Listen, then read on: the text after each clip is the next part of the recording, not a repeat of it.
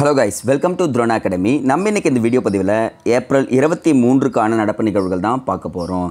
First நியூஸே important நியூஸுங்க. இந்த ஜிஐ டேக்னு சொன்னால் இருக்குங்களா, புவிசார் குறியீடு அப்படின்னு சொல்லக்கூடியதில் இப்போ உத்தரப்பிரதேசம் என்ன பண்ணிட்டாங்க பார்த்தீங்கன்னா, கிட்டத்தட்ட ஒரு 6 பொருட்களுக்கு வாங்கி 75 பொருட்களுடன் முதலிடத்தில் இருக்கிறாங்க. புவிசார் குறியீட்டில் முதலிடம் உள்ள மாநிலம் பார்த்தீங்கன்னா உத்தரப்பிரதேசம். அப்போ தமிழ்நாடு செகண்ட் பிளேஸில் இருக்காங்க. கிட்டத்தட்ட 58 பொருட்களுடன் என்ன பிளேஸில் இருக்காங்க, செகண்ட் பிளேஸில் இருக்காங்க. அப்போ எக்ஸாம் பாயிண்ட் ஆஃப் வியூவில் நீங்கள் தெரிஞ்சுக்க வேண்டிய விஷயம் பார்த்தீங்கன்னா, புவிசார் குறியீட்டில் 75 உடன் உத்தரப்பிரதேச யூபியும், செகண்ட் பிளேஸில் தமிழ்நாடும் இருக்குது. மேபி கொஸ்டின் கேட்கலாம், போன தடவை கேட்டாங்க டிஎன்பிசி குரூப் 1ல், இந்த டைமில் கேட்கறதுக்கு சான்சஸ் நிறையவே இருக்குன்றதை சொல்லிடுறேன். சரிங்களா, அடுத்த நியூஸ் பார்த்துடலாமா? அப்படியே பாருங்கள். சூரத் பாஜக வேட்பாளர் போட்டியின்றி தேர்வுன்னு சொல்லியிருக்காங்க. உண்மையான ஒரு விஷயங்க. இது வரைக்கும் போட்டியின்றி தேர்வான மக்களவையில் வந்து 35வது வேட்பாளர் இவர் தான் சொல்லியிருக்காங்க. ஏன்னா 1951ஆம் ஆண்டு முதலே இது வரைக்கும் 35 பேர் போட்டியின்றி தேர்வு ஆகிருக்காங்கன்றது ஒரு குறிப்பில் இருக்குது. போட்டின்றா யாருமே ஆப்போசிஷன் மெம்பர் இருக்க மாட்டாங்க, கையெழுத்து சரியில்லைன்னு சொல்லுவாங்க, அந்த மாதிரி இருப்பாங்கள்ல, அந்த மாதிரி இந்த இடத்துல இவர் வந்திருக்காரு. ஒரு நல்ல விஷயம் தாங்க. அடுத்தது, குடியரசுத் தலைவர் மாளிகையில் திங்கட்கிழமை நடைபெற்ற விழாவில் முன்னாள் குடியரசுத் தலைவர் வெங்கையா நாயுடுக்கு பத்ம விபூஷன் விருது கொடுக்கப்பட்டது. நோட் பண்ணுங்கள், என்ன விருதுன்னு சொல்லிட்டு கேட்குறப்ப பத்ம பூஷன், பத்ம பாரத்னாலும் சொல்லக்கூடாது, பத்ம விபூஷன்.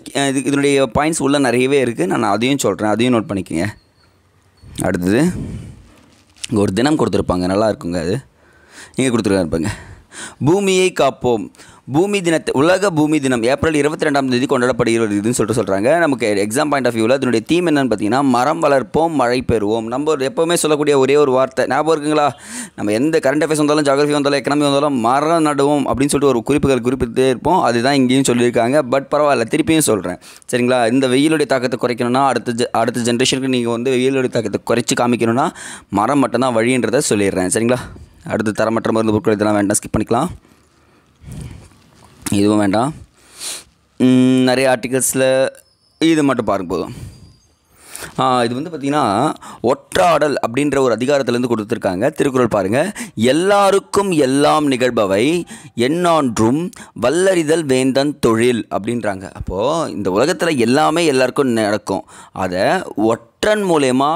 ஒற்றரை நியமித்து அதன் மூலயமா தெரிஞ்சுக்கிட்ட ஒரு அரசன் அதை சரி செஞ்சானா அவன் தான் வந்து பார்த்திங்கன்னா ஒரு நல்ல இடத்துக்கு போய் நிற்பான். அதுதான் அவனுடைய முக்கிய தொழிலாக கருதணும் அப்படின்னு சொல்லிட்டு இங்கே திருவள்ளுவர் சொல்லியிருக்காரு. அப்போது ஒற்றர்களை நியமித்து உலக நடவுகளை தெரிந்துக்கணும்னு சொல்கிறது தான் இந்த திருவள்ளுவருடைய அதிகாரம் சொல்கிறாங்க. அப்போ வேந்தன் என்ன அர்த்தம் குறிக்குது? இங்கே அரசரை குறிக்கிறதுன்னு சொல்லிட்டு செஞ்சால் போதும். வறட்சி, டிசாஸ்டர். ஓகேங்க, இன்றைக்கி உங்களுக்கு டாபிக் என்ன படிக்கணும்னு பார்த்தீங்கன்னா, ஸ்டார்டிங்கில் டிசாஸ்டர்னு ஒரு டாபிக் இருக்குது பார்த்தீங்களா, இடர்கள் பேரிடர்னு சொல்லிட்டு அந்த டாபிக் ஃபுல்லாக படித்து வச்சுக்கோங்க. ஒரு கேள்விலேருந்து 2 கேள்வி கேட்குறது சான்சஸ் நிறையவே இருக்குங்க. இதெல்லாம் வேண்டாம், ஸ்கிப் பண்ணிக்கலாம். இந்த சியாச்சின் நம்ம ஆல்ரெடி சொல்லிட்டோம், உலகின் மிகப்பெரிய போர் தரவாளம் இருக்கிற இடம் சியாச்சின் கிளாஷியர்னு சொல்லிட்டு இதை பற்றி நம்ம பயமாக பேசிட்டோம். மேகதூது ஆப்ரேஷன் அதை பற்றியும் சொல்லிட்டேன். அதனால் இப்போ நான் ஸ்கிப் பண்ணிக்கிறேன். இது வேண்டாம், இது ஸ்கிப் பண்ணிக்கலாம். இங்கே கொடுத்துருக்காங்க பாருங்கள், இங்கே பொறுமையாக எழுதுங்க. வெங்கையா நாயுடு பத்மா சுப்பிரமணியத்துக்கு பத்ம விருதுகள் இங்கே யார் கொடுத்துருக்காங்கன்னா, தமிழ்நாட்டை சேர்ந்த 7 பேருக்கு வந்து பார்த்திங்கன்னா பத்ம விருதுகள் அறிவிக்கப்பட்டு இருக்குன்னு சொல்லியிருக்காங்க. அது யார் பார்த்திங்கன்னா, நடிகை வைஜெயந்தி மாலா, பிரபல பரதநாட்டிய கலைஞர் பத்மா சுப்பிரமணியம் சொல்லிட்டு இருவருக்கும் பத்ம விபூஷன் விருது கொடுக்கப்பட்டிருக்கு. இவருக்கும் என்ன கொடுத்துருக்காங்க, வெங்கையா நாயுடுக்கும் பத்ம விபூஷன் தான் கொடுத்துருக்காங்க. சரி, இது தாண்டி என்னென்னு பார்த்தீங்கன்னா, மறைந்த திமுக தலைவர் விஜயகாந்துக்கு பத்ம பூஷன் விருது கொடுக்கப்பட்டிருக்குங்க. இங்கே பாருங்கள், விஜயகாந்துக்கு என்னது பத்ம பூஷன், மறந்துடக்கூடாது. அப்புறம் மற்ற எல்லாருக்குமே என்ன பண்ணுறாங்க, பத்மஸ்ரீ விருது கொடுக்கப்பட்டிருக்கு. அப்போ ஃபஸ்ட்டு பத்ம விபூஷன், பத்ம பூஷன், அது பத்மஸ்ரீ அப்படின்னு சொல்லிட்டு சொல்லக்கூடிய விருதுகள் கொடுக்கப்பட்டிருக்கு. நம்ம விஜயகாந்துக்கு பத்ம பூஷன் கொடுக்கப்பட்டிருக்கு. சரிங்க, இதுக்கு ஒரு கேள்வி கேட்கலாமா? என்ன கேள்வினா, இந்த பதக்கங்களை தயாரிக்கும் நிறுவனம் எது? இந்த பாரத் ரத்னா விருதுகள்லாம் கொடுக்குறாங்கல்ல, இந்த பதக்கங்களை தயாரிக்கும் நிறுவனம் எதுன்னு சொல்லிட்டு கமெண்ட் செக்ஷனில் கமெண்ட் பண்ணுங்கள். அடுத்த வீடியோவில் சந்திக்கலாம். நன்றி.